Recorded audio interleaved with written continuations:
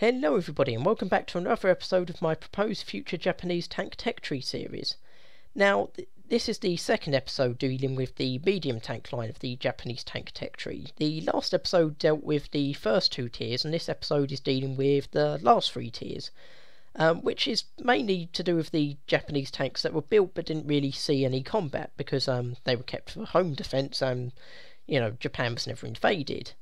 This is also probably the hardest episode I've ever done, because there's just no information on the guns used by these tanks.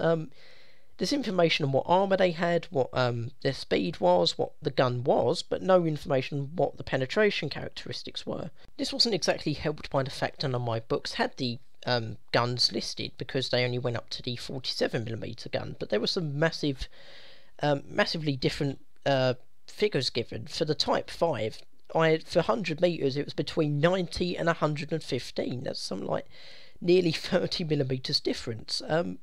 For the 500 metres penetration values it was between 84 and 115. So, it's just ridiculous how different the bloody figures were. So it was hard to give accurate battle ratings or know what the penetration characteristics were for the World War II tanks.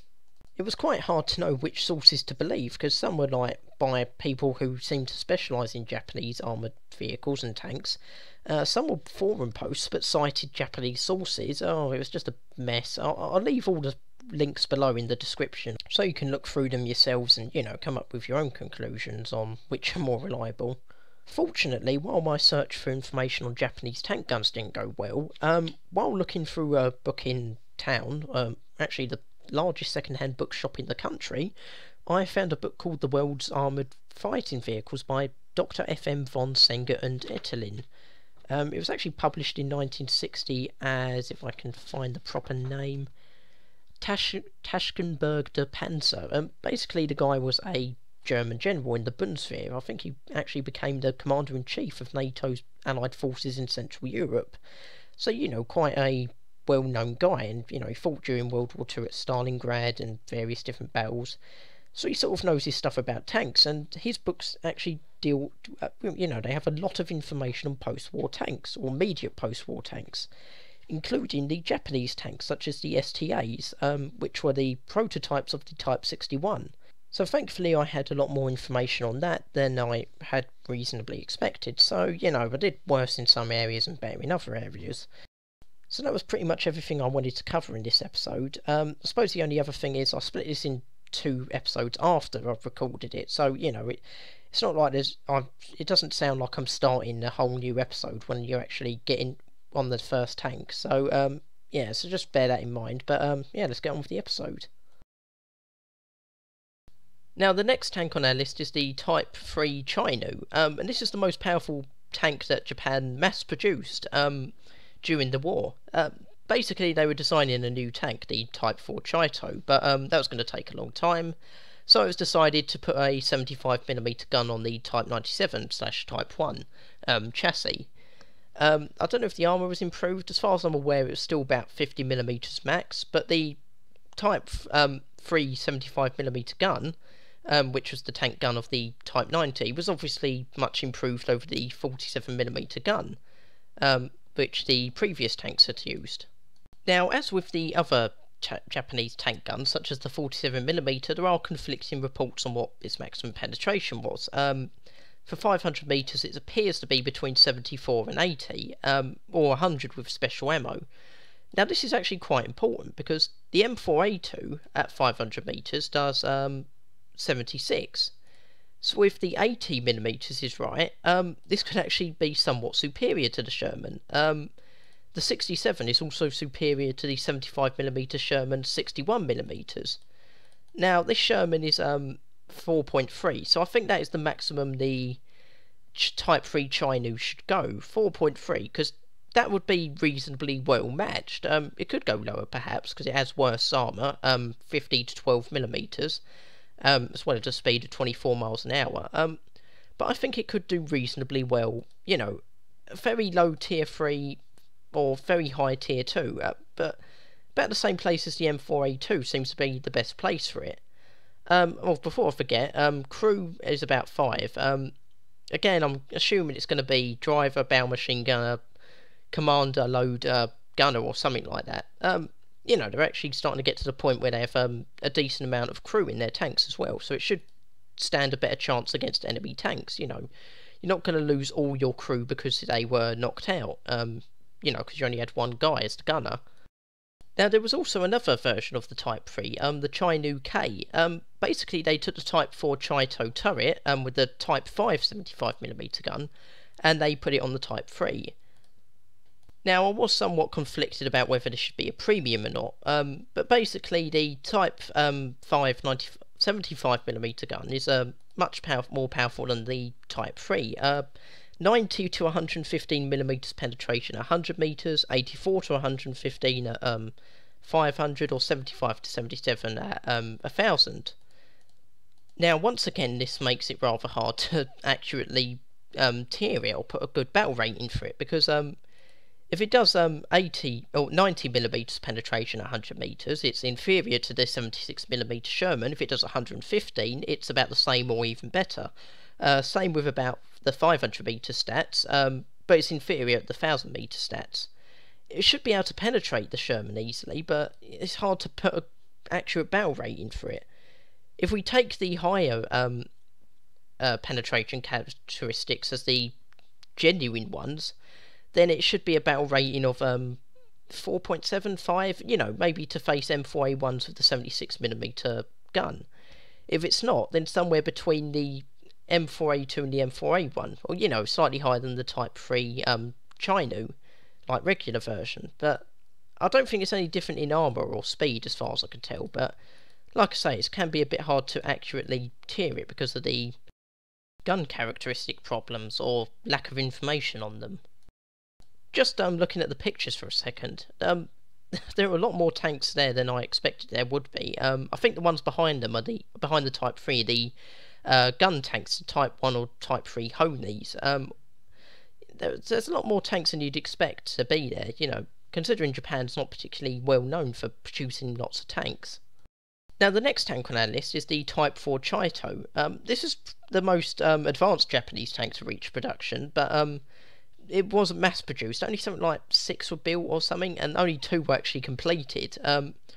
But this was a massive improvement on previous Japanese tanks. They'd really learned how to build tanks really good by this point. They just were sort of stalled by production issues, because obviously the bombing raids, and a lot of it was still hand built from what I understand.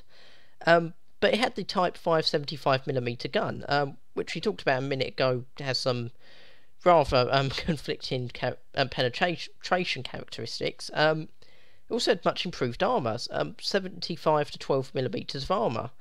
So, it's actually reasonably well protected. And it also did 28 miles an hour, so pretty fast, and 5 crew. Again, I'm going to assume driver, bow machine gunner, loader gunner, commander, something like that. So far it's sounding like a really good tank, and it is, compared to previous ones. Really good gun, good armour, good speed, but where does it go battle rating wise? Now the Chi-Nu K is better than that, obviously. So the Chi-To, I think, could possibly 5.3. That really seems the highest I could put it.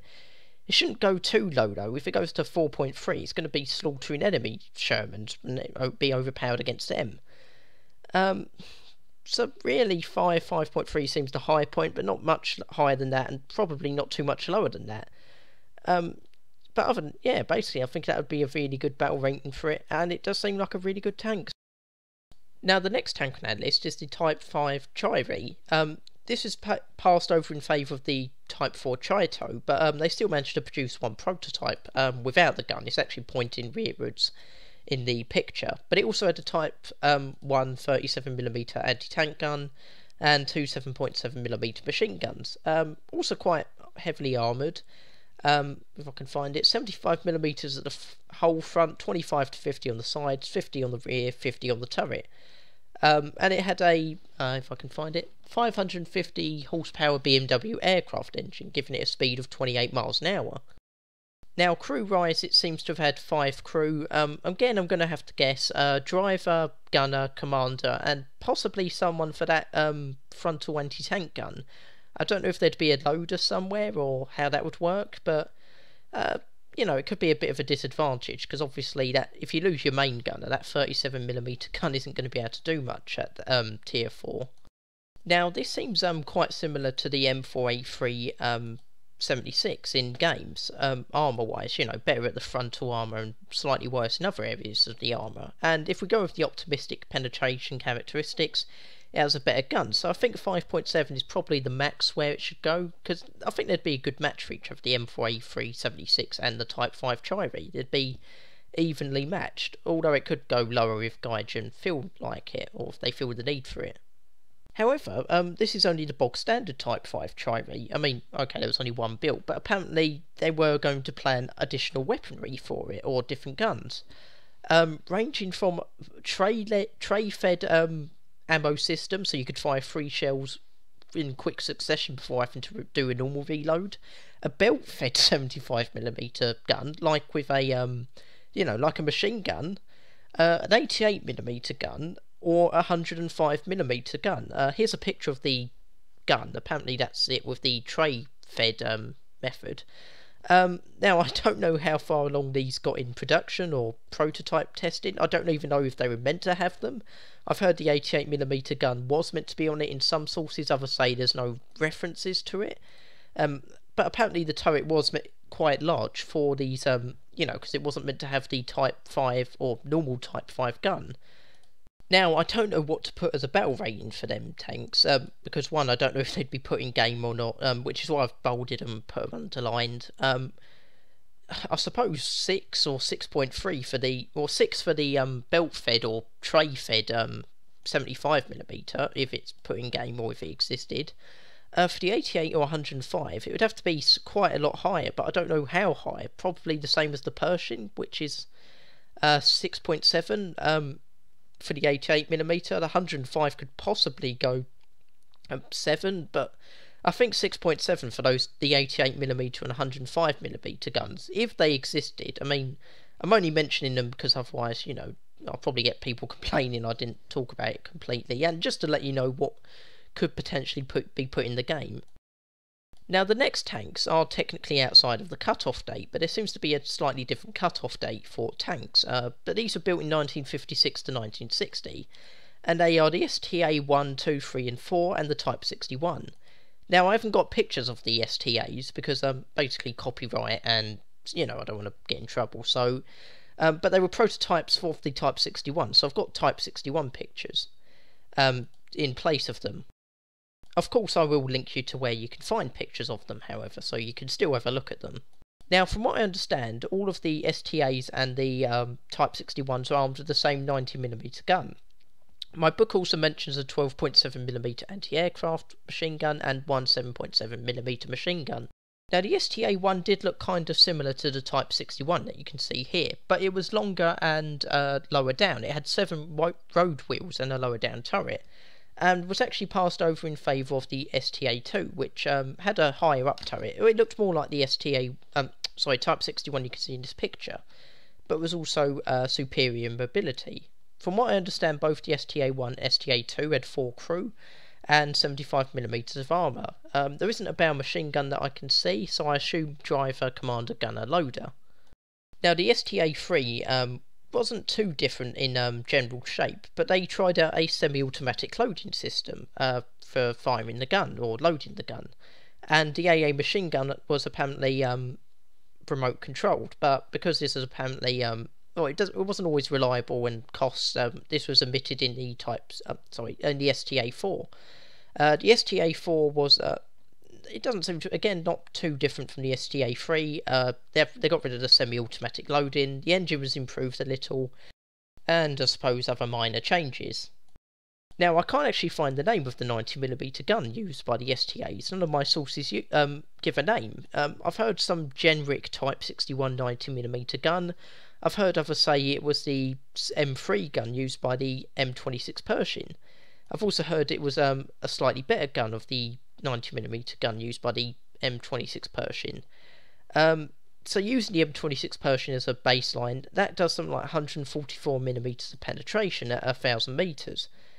The M46 also does about the same. Yeah, it does the same. It uses the same shell, same gun. So based on the gun, I think they probably, well, they should be tier 5 because they're post-war, but very low battle rating. 7 is really the highest I can recommend it being on the medium tank line, because it's got inferior armour as well. Now, of course, as there's 4 prototypes and they're all quite similar, it's possible Gaijin won't add all of them. If I had to choose, I'd say the STA-1 and the STA-2 because there's such massive changes between them.